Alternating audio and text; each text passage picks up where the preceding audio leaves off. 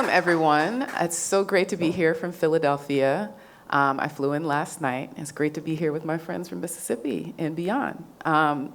Today, we are gathered to talk about this new issue of Bulletin. Isn't it beautiful? Monument Lab's print journal, which I co-edited with Dr. Daphne Chamberlain and Patrick Weems of the Emmett Till Interpretive Center here in Mississippi. The theme of this issue is reverence, a word that means deep respect or sacred regard, and calls us to behold, belong, and remember. Released this summer, the issue marks the 70th anniversary of the murder of 14-year-old Emmett Till in Mississippi, and through poetry, essays, visual art, interviews, recipes, and a companion playlist, reflects on Till's legacy and Mamie Till-Mobley's brave insistence on bearing witness, an act that reverberates across generations. This very special collection includes words from such luminaries as poets laureate Sonia Sanchez and Natasha Trethewey, and Emmett Till Memorial Commission founder Jerome G. Little, as well as Mississippi-based artists Adrian Brown David and Justin Hardiman, and writers Reverend Willie Williams and Wright Thompson. Joining me today are four brilliant contributors from the issue who carry the work of reverence forward through literature, activism, education, and community building in Mississippi and beyond. After my brief intros, we'll have conversation about the issue, reverence, Emmett Till's legacy, and if time permits and the spirit moves you, we'll have time for your questions at the end. Patrick Weems is co-founder and director of the Emmett Till Interpretive Center, where he advances racial and restorative justice through community-driven work. A Kellogg Foundation and Monument Lab Fellow and University of Mississippi alum, he is the co-founder of the Summer Youth Institute, a program for the William Winter Institute for Racial Reconciliation. And Patrick was a generous contributing editor to Bulletin and wrote the uplifting epilogue which closes the issue. Gloria Carter Dickerson, born and raised in Drew, Mississippi, is the founder of the May Bertha Carter Learning Center, where she leads transformative programs in education, health, and life skills. A former CPA and Kellogg Foundation director, she made history in 2015 as the second woman elected to the Sunflower County Board of Supervisors. For this new issue of Bulletin, Ashley Tyner, our director of communications, talked with Gloria about her upbringing and service leadership in Mississippi for the inspiring interview titled, "Without Hope, There Is No Strategy, Gloria Dickerson's Dream for the Delta." We also have W. Ralph Eubanks, the author of A Place Like Mississippi and two other acclaimed memoirs, with his next book, When It's Darkness on the Delta, forthcoming in 2026. A Guggenheim and Harvard Radcliffe Fellow, he is writer in residence at the University of Mississippi Center for the Study of Southern Culture.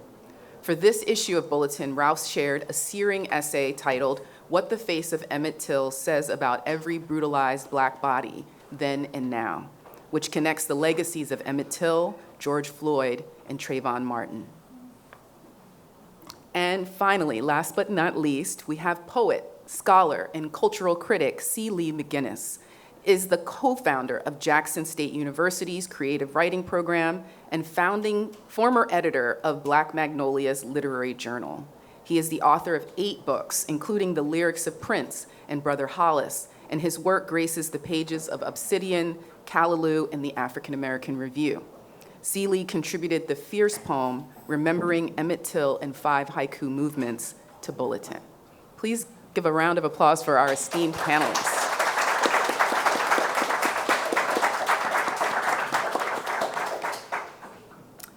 So my first question is just gonna kind of open up the book for all of you so that you can kind of get a little taste of what's inside. I'm gonna ask each of our panelists to read a brief excerpt from your contribution in the Bulletin, just so we can see what's inside. And we'll start with you, Patrick. All right. How's everybody doing? All right. I'm overwhelmed by this crowd. It is lovely, lovely to see. So here we go. This is from the epilogue. President Biden declared 3 sites a national monument: the church in Chicago where Emmett's funeral was held, the site where his body was pulled from the Tallahatchie River, and the courthouse in Sumner, Mississippi. That gives us a starting point for healing, but it's not the end goal. Art or memorials has to be a piece of that. And we have to use art as the moral imagination. How do you use art to process pain? How do you use art to imagine new futures for our society, especially a society that's so bifurcated? That's what I'll end there, because I want some more time for talks. Thank you. For me? I'm going to read the beginning, a couple of paragraphs from that. And the question was, we talked about the intense resistance of your parents, May Bertha and Matthew Carter, when we integrated to schools in Drew, Mississippi. And so the question was, what did you learn from your mother as you were growing up? And I'll read what it says here. I was raised in the rural area outside Drew, but we got evicted from our home after my brothers and sisters and I integrated into schools in Drew in 1965. We moved to the town when I was about 12 or 13 years old. I learned from my mother, who was a powerful force for justice. I learned that whatever you want, sometimes you gotta fight for it, and you have to claim what's yours. She said, you have rights, and you can't let anybody take your rights away from you. And so you claim those rights, and you don't turn back. You don't give up. If they try to stop you, you just push forward. I learned that from my mom and my dad both. Don't let people take things from you that you know is yours. And so I've held on to that. And I also held on to being able to persevere. You may have some obstacles. People may not like what you're doing, or they may not like what you say. But you have a right to do it, and a right to say it. So you do it anyway, and have courage. You gotta have some courage. I learned from that from my mom too. She also said, don't let other people make you feel bad. I remember that. They may be saying things about you, but just know that you're not that. You're a good person. Don't let anybody take that away from you. She would say, just try to keep your head up and keep going. Just walk in that school with your head up and your back up and go in and take your seats.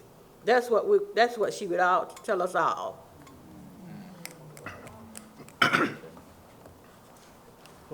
Thank you. I'm going to read like the first couple paragraphs, which really are setting things up to talk about Emmett Till rather than kind of evoking Emmett Till.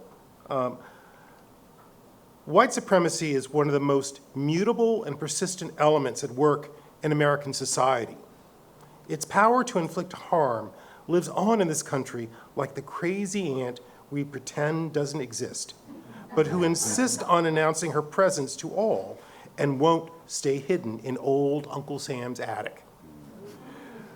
For nearly 250 years, weaponized whiteness in American culture has transformed itself into different guises, from the caricatures of 19th century minstrelsy and the menacing African-American men portrayed as beasts in blackface in D.W. Griffith's 1915 film, Birth of a Nation, to the Republican Party's continued pursuit of the Southern strategy to gain white voters by capitalizing on racial fears, to being stopped and frisked for simply driving and walking while black. In whatever form white supremacy reveals itself, inevitably there is harm to black bodies. The contemporary language of racial hierarchy has its origins in the US Civil War and Reconstruction, but the ways we have made blackness hypervisible and whiteness largely invisible have consistently been wrapped up in ideas of power and social order. It is in moments of pushing against this power and the social structures that created it that the cracks in white supremacy begin to appear. During the summer of 2020, we lived through one of those moments. We are living through another of those moments now.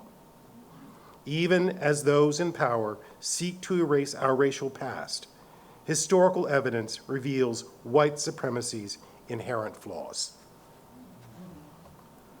One day when I was lost, he died on the cross, and I know it was the blood. One baby boy Eyes smile with sunshine, chipmunk cheeks filled with laughter, black joy rouse evil. 2.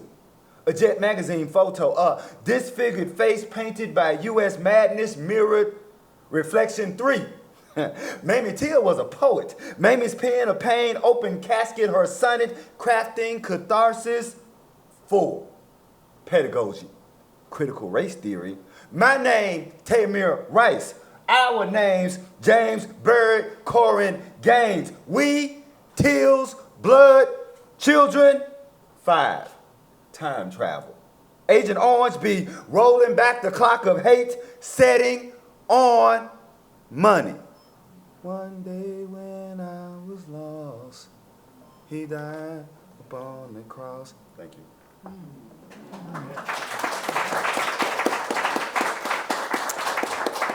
So I didn't orchestrate that flow, but that was kind of the perfect order. So From worst to best.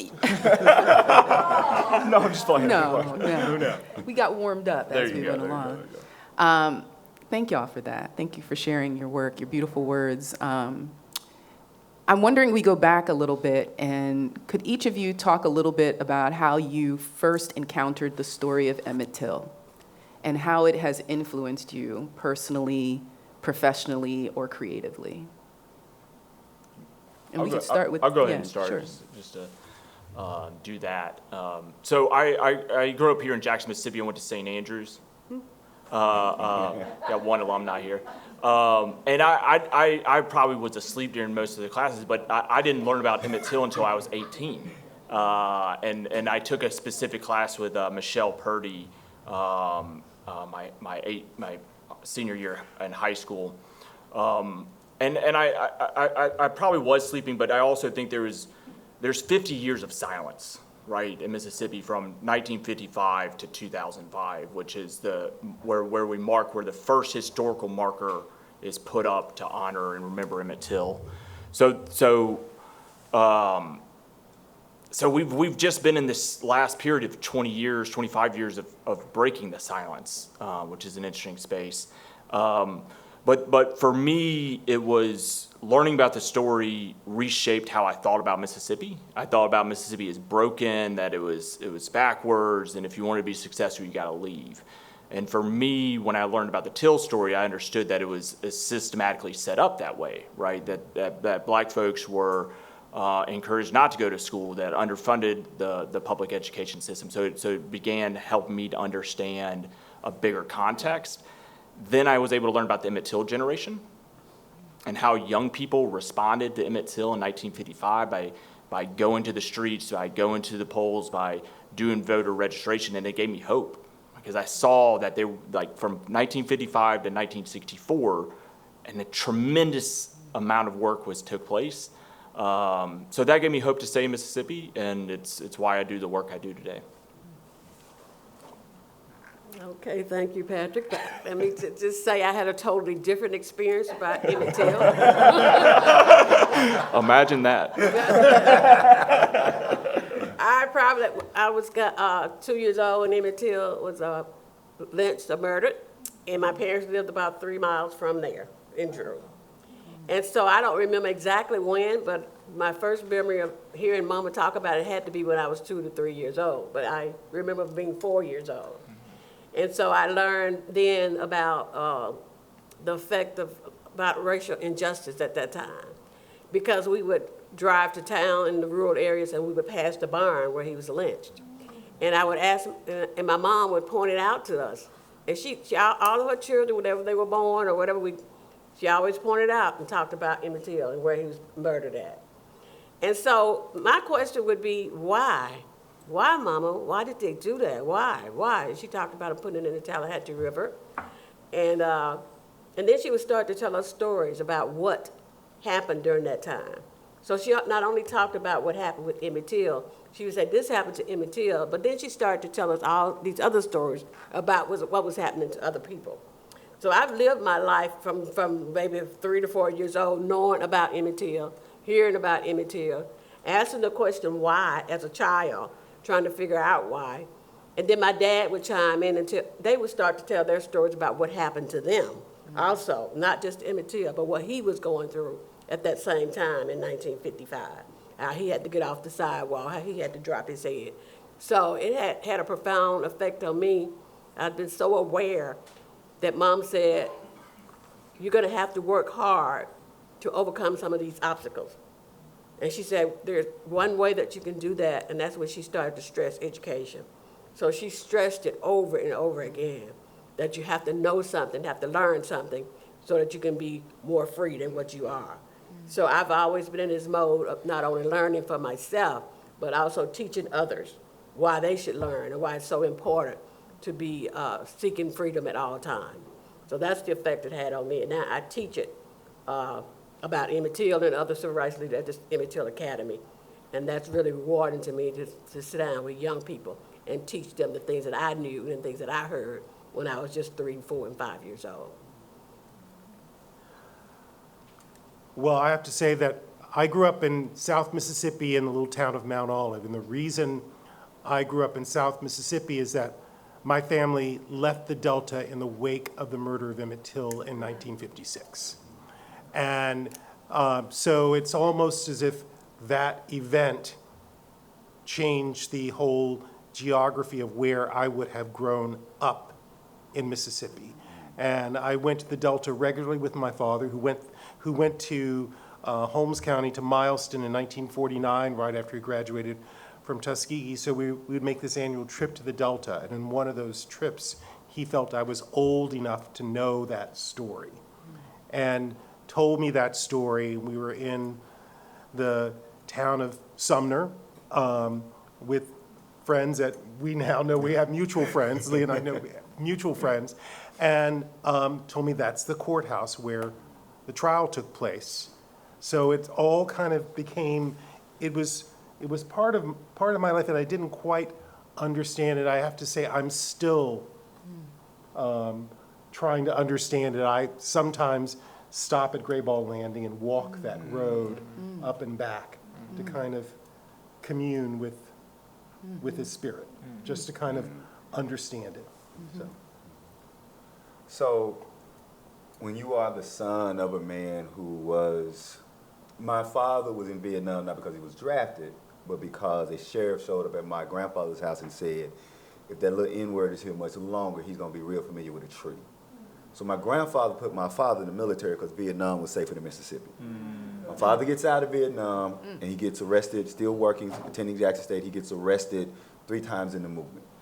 He eventually goes on from that to become the first African-American to become the executive director of the Mississippi Democratic Party. So when that's your father, there's no way for you not to know Emmett Till.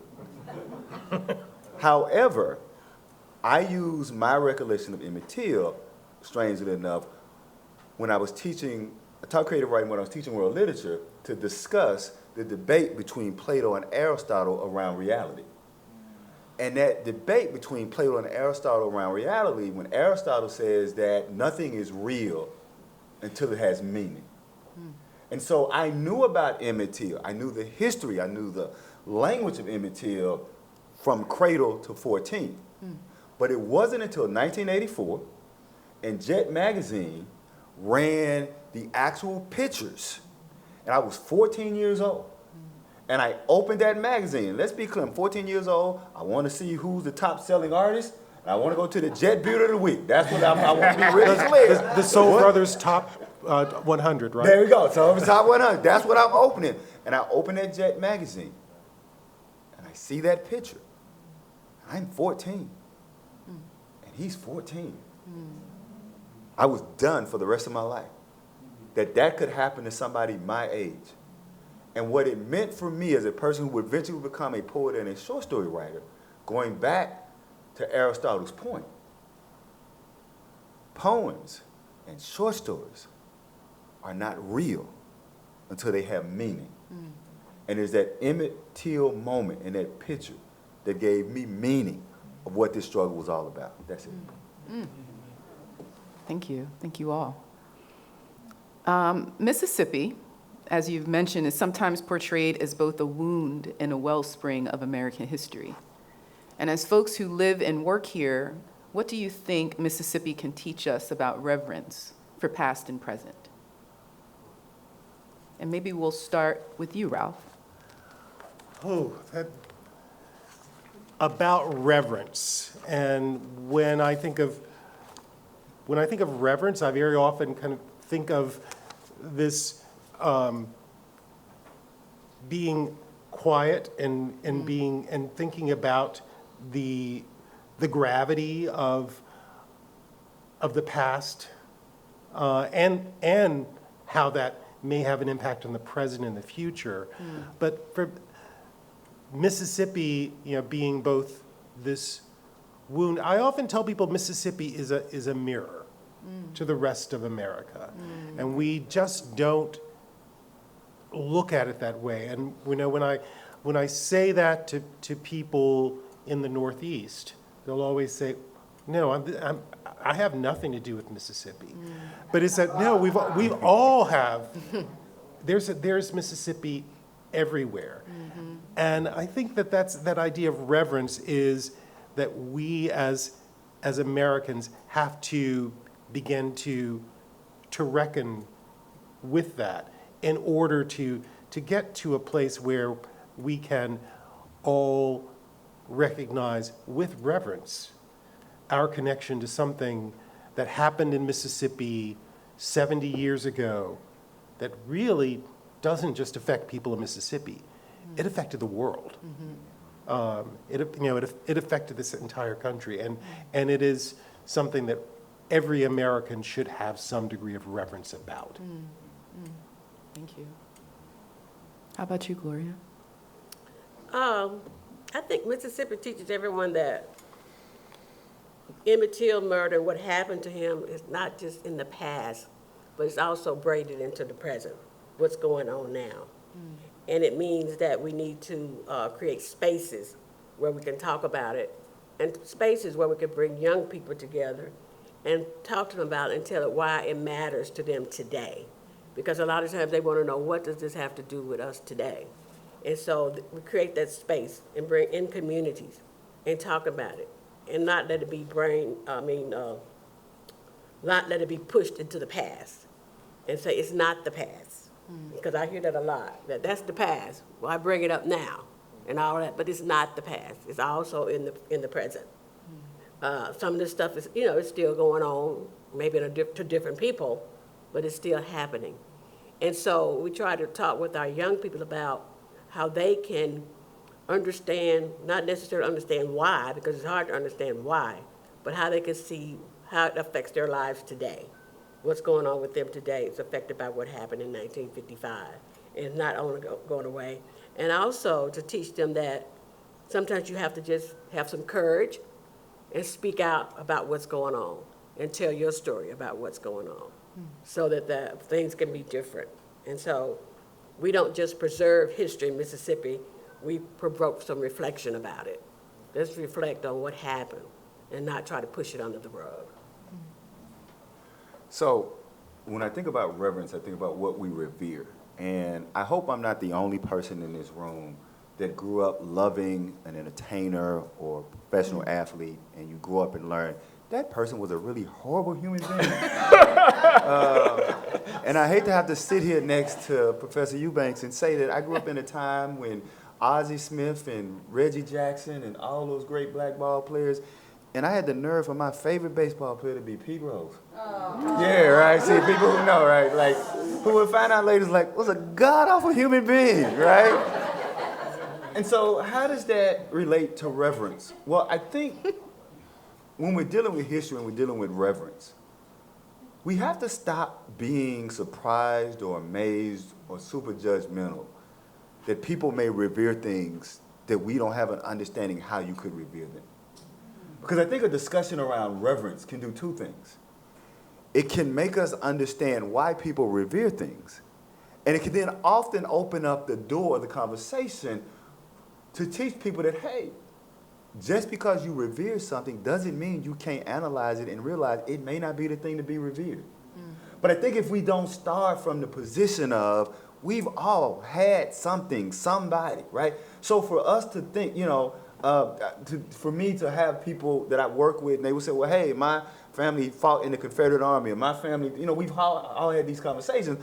And because I grew up, again, revering Pete Rose, who, again, so I can, on the one hand, say to people, yeah, 4,192 hits. That does not change, right? Pete Rose, 4,100, nobody ever, but was not a good dude. And so I think that when we open ourselves up to that, it can make it easier to have people say, just because you love something doesn't mean you have to be blind to the evil of it. And I think that can get us a great way in understanding that conversation. That's it.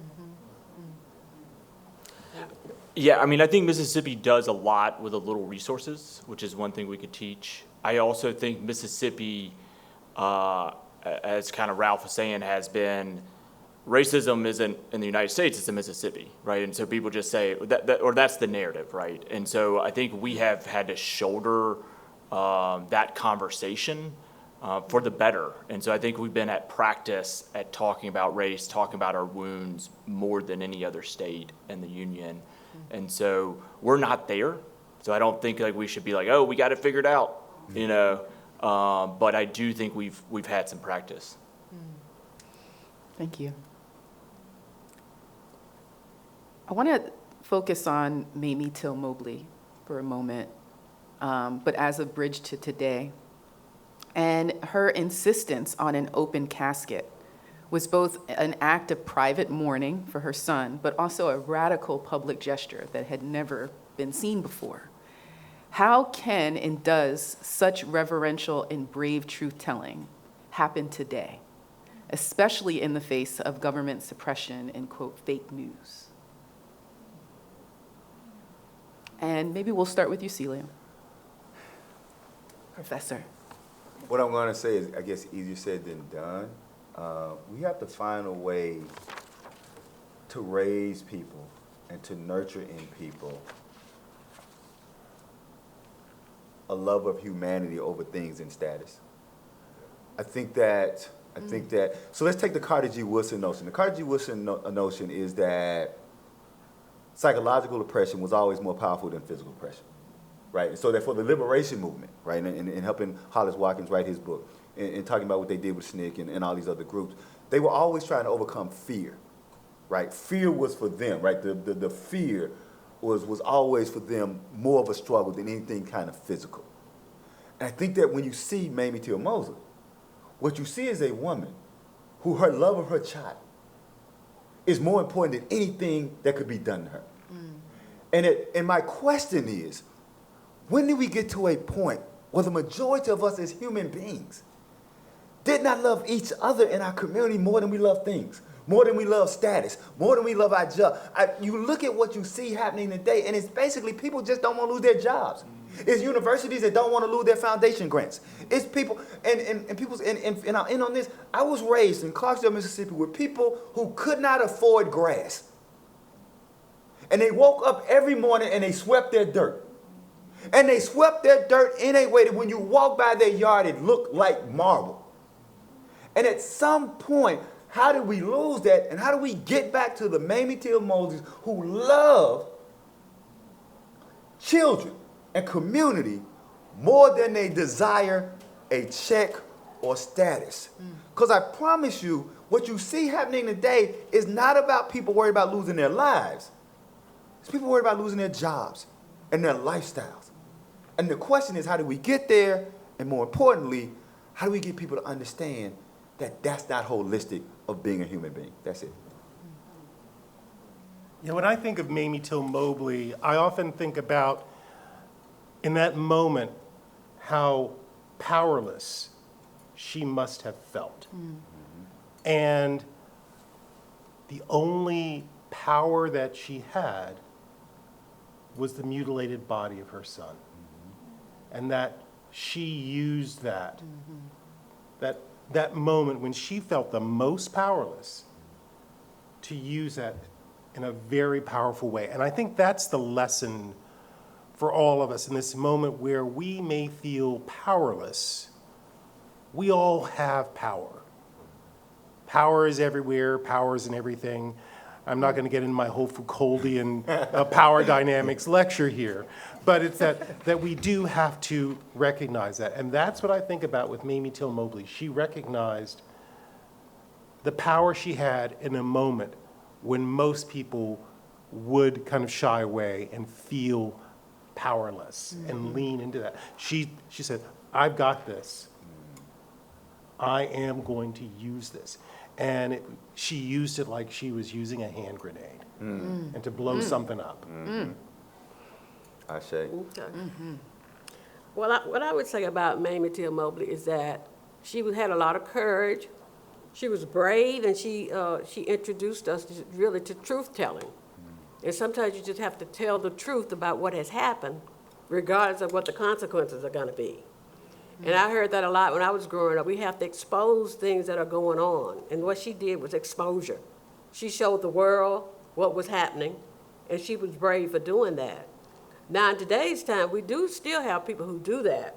We have people who are brave enough to show what's happening. For example, on the streets, when people put their cameras out there and put the spotlight on this officer's putting his feet or knee on this man's neck, that was bravery when somebody took that and said, I'm going to put this out there and let everybody see it. So we do have people doing that. And for example, one of the ladies who had her son murdered, I can't think of her name right now, but she turned into an advocate, and she became a congressperson, so that she could start advocating and letting people know what happened to her son. So it's like we need to talk about it. Don't try to not talk about it, but let people know what's happening. And that's what Mamie Till did. She wanted the world to know, and now we have to do the same thing. We have to let people know what's going on. Oh, I didn't know that was still happening in Mississippi. Yes, these things are still happening. So I'm proud of those people who get out there with those cameras and start taking pictures when they see the police doing some stuff that they're not supposed to be doing.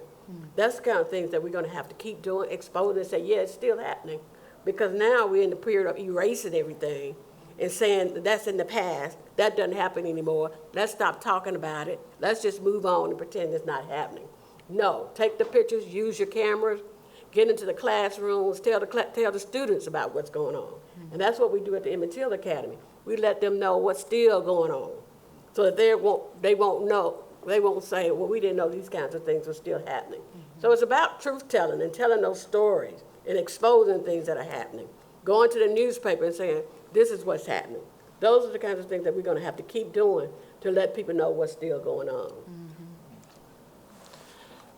Yeah, I think what Mamie did is she inverted where lynchings were used to to do postcards, to do a warning to the black community. She inverted that. She took the death of her son and she turned it into public protest, which is this incredible inversion of what lynchings had been previously used for. But I also want to make sure we mentioned Willie Reed, who was an 18-year-old who saw the murder, who testified, who had to change his name, had a mental breakdown after the trial, didn't tell his wife for 30 years. Mose Wright, so many others that took those courageous acts. Dave Dennis, this past week, said that the civil rights movement was not funded by the federal government. Right. And I think we need to remember that as we move forward. Yeah. Thank you. I think this is going to be my last question for the panel before we open up to questions, so get your questions ready. It was really important to us as contributing editors for this book that we introduce folks to the story of Emmett Till and Mamie Till-Mobley and give them context for it, creative context, historical context, critical context. But it was also important to us to leave folks uplifted and hopeful for the future. And so as reverence in the act of remembering can be sometimes painful, sometimes folks don't want to remember, it's hard to remember, but it can also be deeply healing for family, faith, or community. How do you all see the work of remembering Emmett Till's story as a practice of healing? And maybe we'll start with you, Gloria. As a practice of healing. Well, I think when you break the silence and just break it open and put it out there, then people can start to heal. But we got to break that silence. We've got to talk about it. Even though things feel uncomfortable talking about it, the more we can get past that discomfort and go ahead and work our way through it and talk about it and start storytelling about it, about, truth-telling, storytelling, telling to our younger people, teach them what happened so they can start talking about it, make them a part of telling the story of what happened in their communities, And when I say happened in their community, I'm referring to in the Drew community, we say that Emmett Till's murder is part of the Drew community. Mm-hmm. And so we try to honor him, but we also try to honor all the other heroes that came through Drew, Mississippi, not just Emmett Till, but we attach it to what their grandparents might have done and be uplifted by that. And start to think of the place as being not a place of murder, but a place of history and a place that they can take pride in. We take pride in living in Drew, not because of necessarily Emmett Till, but because of all the other people who came after him, who worked hard to get out there and start doing voter registration and doing all those things, and then learn to be proud and say, look who came out of my community. This happened in my community, but also May Bertha Carter happened in my community. This happened in my community, but Fannie Lou Hamer came out of our community. And all of that can lead to some healing. Say, we had some great people who lived in our community. We need to be proud of that. We need to be healed and know, even though so many things have happened and so many bad things, we've had some great things also to come out. And then start to think, okay, if they did those kinds of things, we as young people can carry on the work. We can be healed and carry on the work of finding some justice and bringing justice to our community and to the world and to the United States. And so I think it's just breaking the silence, telling the stories, and just doing truth-telling, and be willing to sit through it. And I know sometimes it's very, very uncomfortable to sit through it. But if we just sit through it, we can get comfortable with it. If we just keep trying, we keep trying to sit through it. I think what Gloria is really speaking to, and I've witnessed Gloria doing this work, and I witnessed the passion that she has doing this work. I was in a play with Gloria. Gloria was playing her mother, and I was playing Amzie Moore. You were May Bertha Carter. You really inhabited that character. And that idea of reverence and memory, and I think so often reverence, memory, memorialization, so often memorialization can be the beginning of forgetting. But if we actually actively remember and actively get people engaged with this past, we won't forget. And I think that's the importance of it all, is that we can't allow it to forget. I'm teaching a class on the civil rights movement. It's before, during, and after, looking at how Black people engage with their rights even during periods of enslavement, and how it goes back that far. But really beginning to understand how the moral arc of the universe doesn't bend toward justice unless we make it. And we actively have to make it. And part of memory and connecting that with justice, with history, with truth-telling, it takes all of those things. It's not just memory. There's a whole bundle of things that have to go together with that in order for us to really engage with that past, remember it truthfully, and go forward with this idea that we're going to make the moral arc of the universe bend toward justice. We're going to make it. Not that it doesn't naturally bend that way. We have to make it. Thank you. So, my mother and father were raised really poor. And when they got their first college good job with insurance, they stayed at the doctor's office Like, I never knew two people who wanted to go to the doctor's office more. And it got so bad that finally the dentist had to tell my mother, Mr. McInnes, the dentist is not a place you come every week. Just stop bringing your son to the dentist, right? But what I learned from them is that you can't heal any illness you ignore. Things don't get better on their own. And so this illness, this cancer, of which the Emmett Till lynching is one of the faces, we can never heal our Mississippi body, our Southern body, our American body, if we ignore the cancers that inflict us. And so as Professor Eubanks and the good sister here who, like you said, you really did personify the person in that play.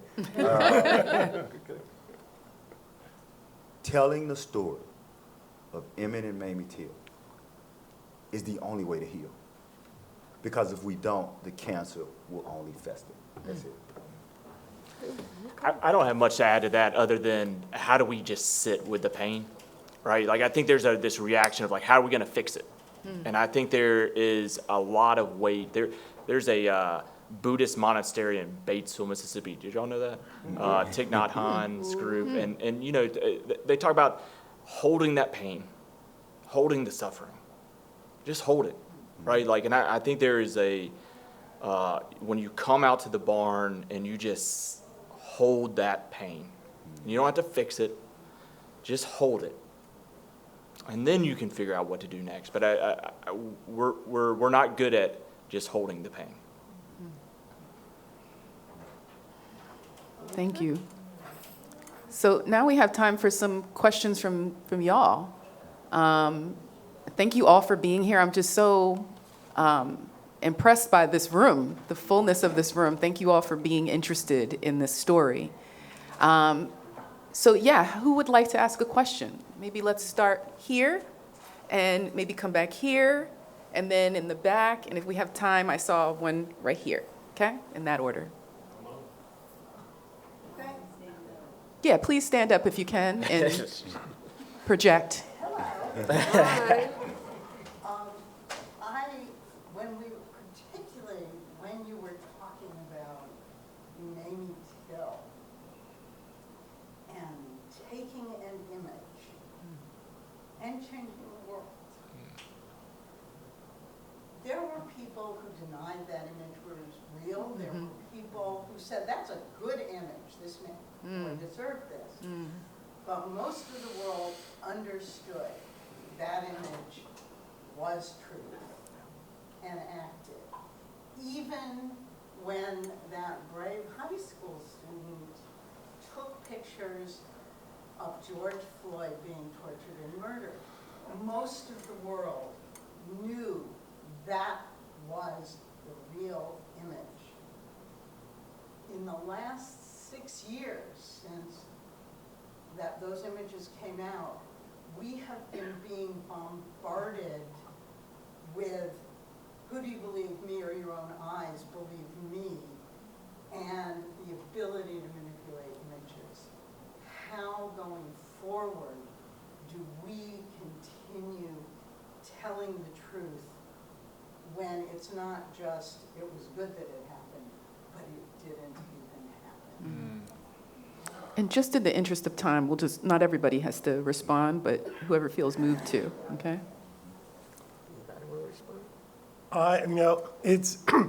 I'm someone who's really very interested in this connection between the visual and the verbal.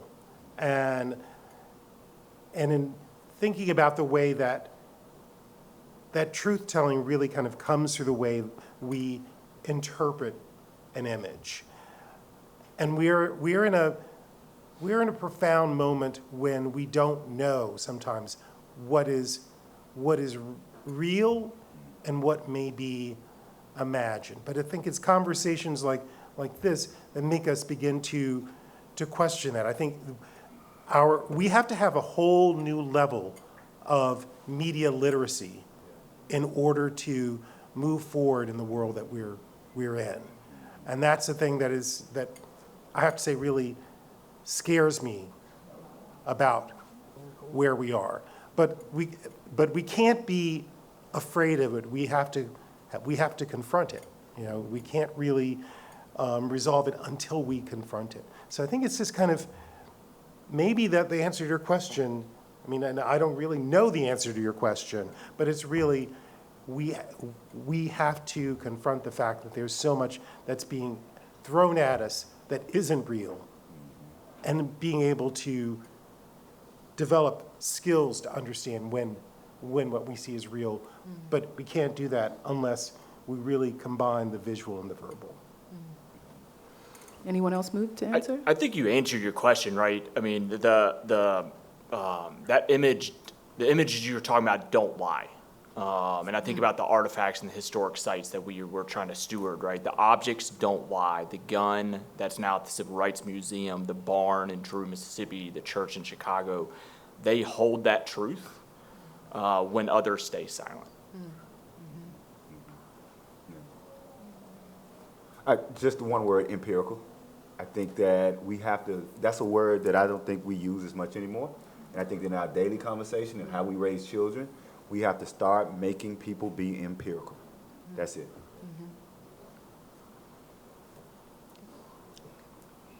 Your question. Take the next question. First of all, thank you all for doing this. This has been great. Lee, I want to read more of your work, but when's your album coming out? Oh, that is never happening. I want to hear more. I have a quick question for Ralph and Gloria. Ralph, your book on the Delta coming out, I'm excited about that. How does the influence of Emmett Till in your life factor into that, if so? And Gloria, how can we learn more about the Emmett Till Academy and what the end result of that? Thank you for that question. Well, I mean, I really do look at the murder of Emmett Till as the precipitating factor of my family leaving the Delta. And, there are two things, not only the murder of Emmett Till, but what we often forget that there's another event that is linked to that, and that is the dissolution of Providence Farm. And, my father was a county agent in Holmes County at that point. So that is also, so those two events I see as connected. And, my father realized that it was open season on black folks. He had to leave. So he moves to Covington County. My mother is still in Holmes County. She gets called into, the doctor calls her. He says, you want to bring your daughters in for a vaccination? She said, well, they are not due for a few weeks. He said, bring them in right now, would you? And then he brings and says, now that they're vaccinated, promise me you're going to leave. He says, and I want you to leave now. And my mother told me that story when she was dying. And she told that to me over and over again. So that's one of the reasons I had to kind of begin to figure some of that out. That's when I realized it's not only kind of the Emmett Till, but it's also Providence Farm. It's a whole chain of events that are happening at that time. So. Okay, the Emmett Till Academy, my organization that we operate is the We Together Creating Change. So we have a website out there, it's wetogether.org, and it talks about the Emmett Till Academy. There's also a site called emmettillacademy.org also, but Emmett Till Academy operates under We Together Creating Change.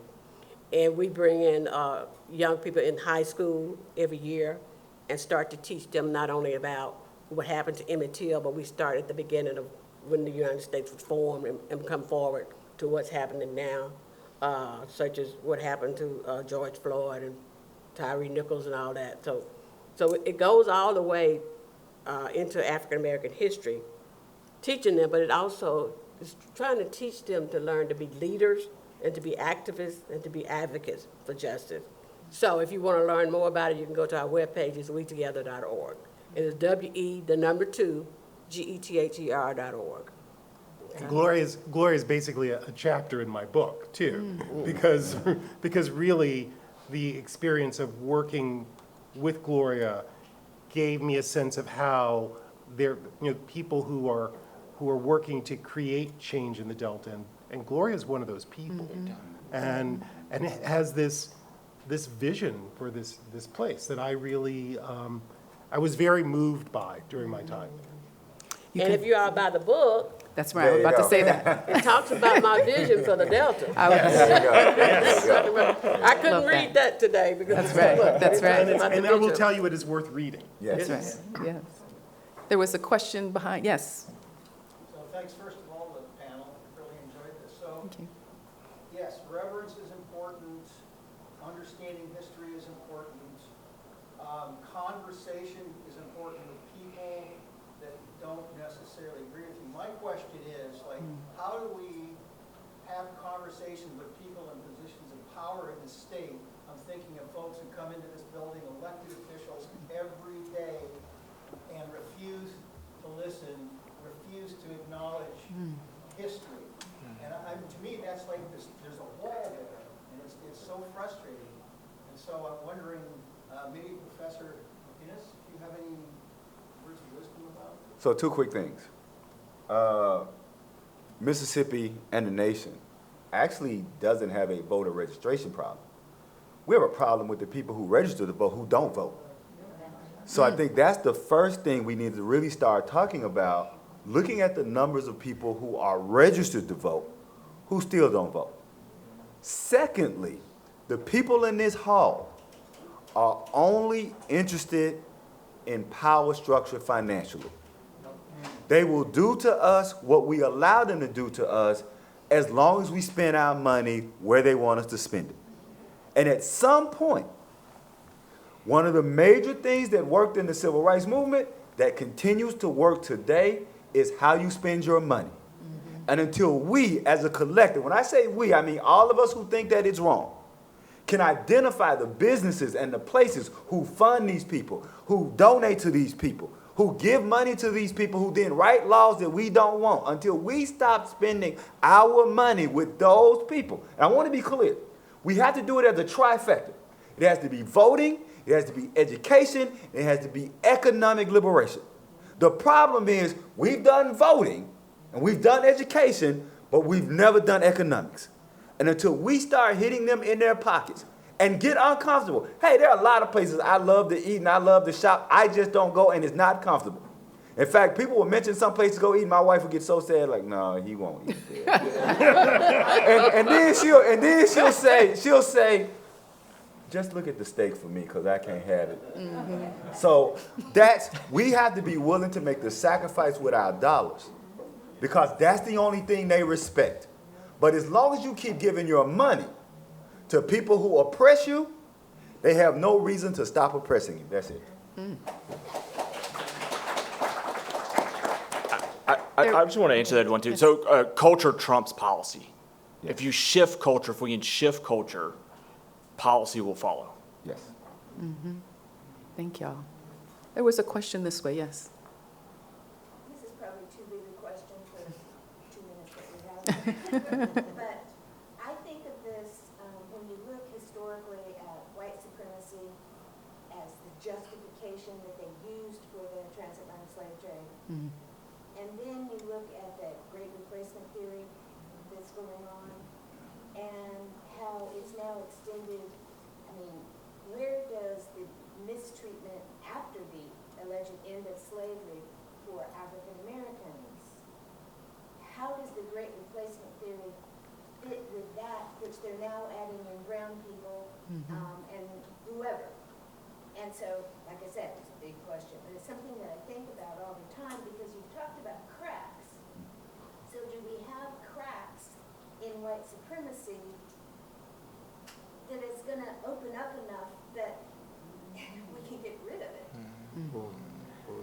I think the cracks are there, but I think the first question kind of speaks to it is that there are these illusions out there that what's happening isn't white supremacy. So it's like, who are you going to believe, me or your lying eyes? And it's kind of like it's there, and I think that's the issue. I think we're all confronting. The cracks are there. We just can't see. Well, there are things that are blurring reality to keep us from seeing it. But if we look really closely, we can see it. You can see it. And I would just add, if you remember community theater and you love community theater, right? We have to remember they can't tell you what you can teach in your own community. That's right. They can't tell you what you can teach in your own home, That's why I do it. in your own organizations. So even though we have a government that is trying to push black history and any kind of real history out of the curriculum, we have to remember that curriculum is not top down, it's bottom up. That's right. So we have to do a better job of saying, oh, I can't teach about Till here. We're going to teach it in our church. Paul Laurence Dunbar became the first black poet to make a living because he went on book tours in black churches. Black churches used to be the bastion of black history. And so we have to realize, as was said by everybody, we have more agency, coming back to the Mamie Till-Mobley, we have more agency than we realize because they can't tell us when, where, and how to teach what we want to teach. And until we are willing to do those things to teach that history there, that's when the cracks of white history, of white supremacy will come if we take back the agency to teach the history that we all know in this room. That's it. And that's why, they said there's one last thing, that's why I started the Emmett Till Academy. They can push it out of the schools as much as they want to. I'm bringing it into the community and teach it in the community. Teach it to the children, the young people, the adults, everybody that needs to be taught. We can teach it. We know it. I know the history, a lot of it. I don't know everything, but I can teach what I do know in terms of African American history and things that's not allowed in the schools anymore. Donate now. There we go. Yeah, donate now. There you go. So I can keep teaching. I saw a few more hands, and I'm sorry. I wish we had more time for questions. I encourage you to come up and talk to the panelists afterwards. But we're going to start my wrap-up now, and I want to thank you for the questions that were shared.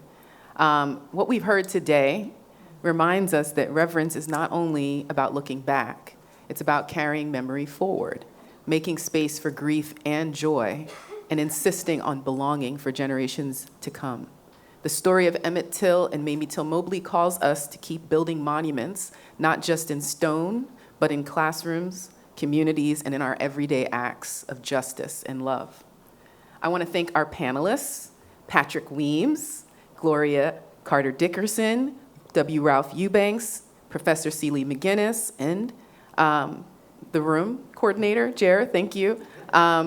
And thank you, panelists, for your wisdom and your witness. I want to thank the wonderful teams at Monument Lab and the Emmett Till Interpretive Center for their work on this profoundly beautiful and instant classic, especially contributing editors Patrick Weems and Dr. Daphne R. Chamberlain.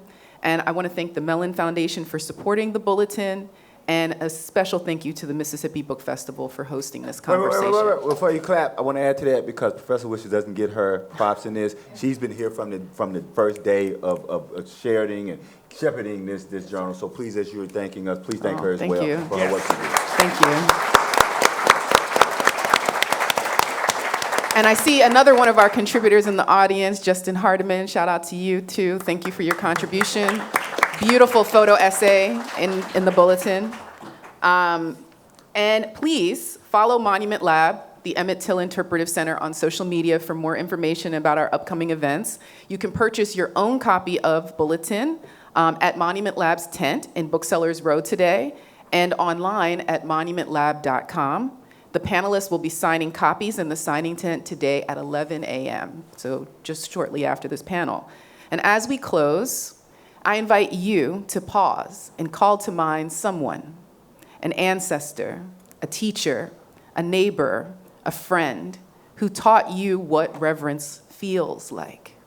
Hold them in your heart, carry their lesson with you beyond this room, and let it guide your steps. Thank you for being here.